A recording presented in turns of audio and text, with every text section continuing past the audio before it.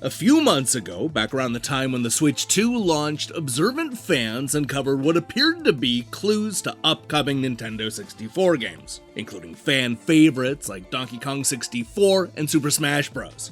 Now, all these months later, we finally got confirmation that maybe there's actually something to this theory. That's because this week, expansion pack subscribers will get their hands on Forsaken 64, one of the games that was featured front and center in that leaked image. Yeah, that's cool news. But is this game actually worth playing? To answer that question, I decided to flip through the pages of Electronic Gaming Monthly, GamePro, Edge, and more classic magazines that reviewed this game back when it first came out. Now you may want to go and get a barf bag handy because this is going to be a dizzying episode of Nintendo Classics Review Crew.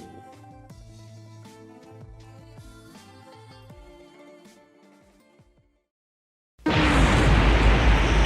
future is forsaken. The future is forsaken. The future is forsaken. The future is forsaken. Going in. Radiation level 85. Get off my back!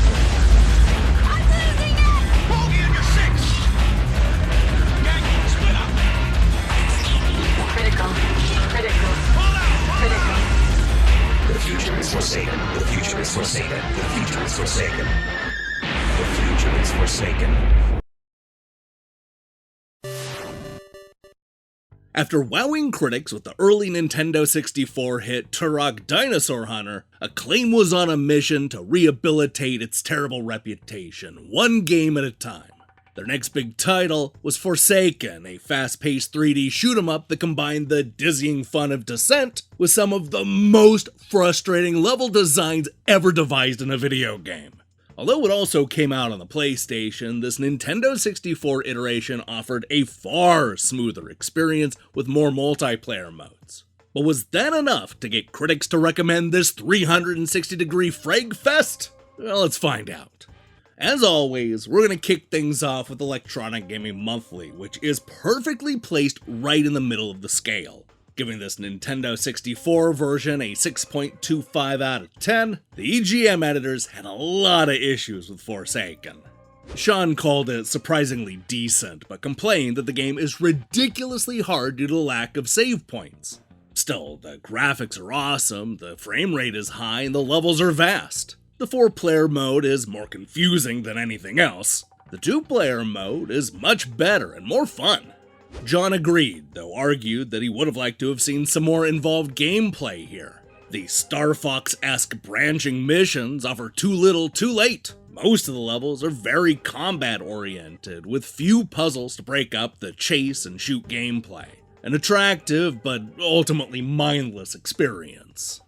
Now before we look at the magazines that actually liked Forsaken 64, let's first check in with Next Generation, who couldn't muster up anything higher than a so-so 3 out of 5. If you think that's bad, then wait until you get a load of GamePro, giving the game a terrible 2 out of 5. They concluded that, as in Turok, the levels in this Descent clone become endless mazes, but this time there's no in-game map to rescue you. The shooting is fun for a few minutes, then Forsaken becomes Forsook.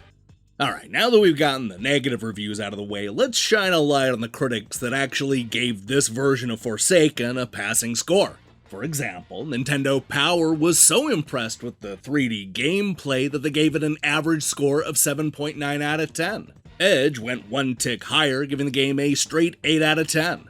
Forsaken's strength is in its single-player game.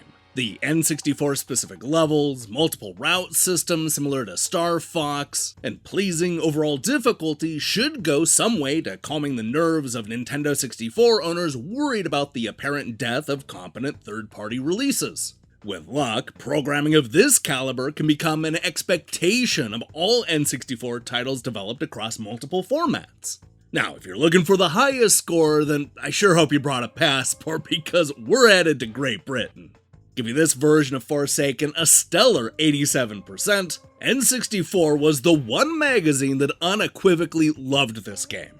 Forsaken is certainly the Nintendo 64's best serious game since GoldenEye. Choose a Turok emulated control system, spend a few hours getting to grips with the intricacies of combining vertical and horizontal movement while simultaneously fending off attacks from every angle, and you'll discover a game that, although not for the faint-hearted, holds a genuinely rewarding experience for those who are prepared to persevere. Yeah, what he said. While it's obvious The Forsaken does have its fans, the overall tone of the reviews is pretty negative. Not as negative as the reviews of the PlayStation version, but certainly not on the same level as something like Descent, the game that this desperately wants to be. With an overall average of just 68%, this is definitely one of the more divisive Nintendo 64 games on the app. If you're gonna play Forsaken, then you could really do a whole lot worse than this version of the game. However, with the Night Dive Remaster out there, you could also do a whole lot better. The choice is up to you.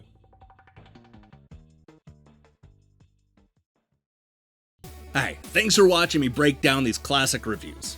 If you liked what you saw here, then you should know that we post new episodes just like this one every time classic games get added to modern consoles. In fact, we have a whole episode for every single game on the Nintendo Classics app, so give it a binge when you have a few minutes to spare. Now, here's the question I have for you. Do you want to see these 360-degree shooters make a comeback? I mean, the Boomer shooter is back, so what about Forsaken and Descent? Let me hear your thoughts in the comments below. In other news, we're going to be back later this week with a review of Deliver at All Costs. While you wait for that, I strongly recommend you click that subscribe button and support what we're doing here. Until then.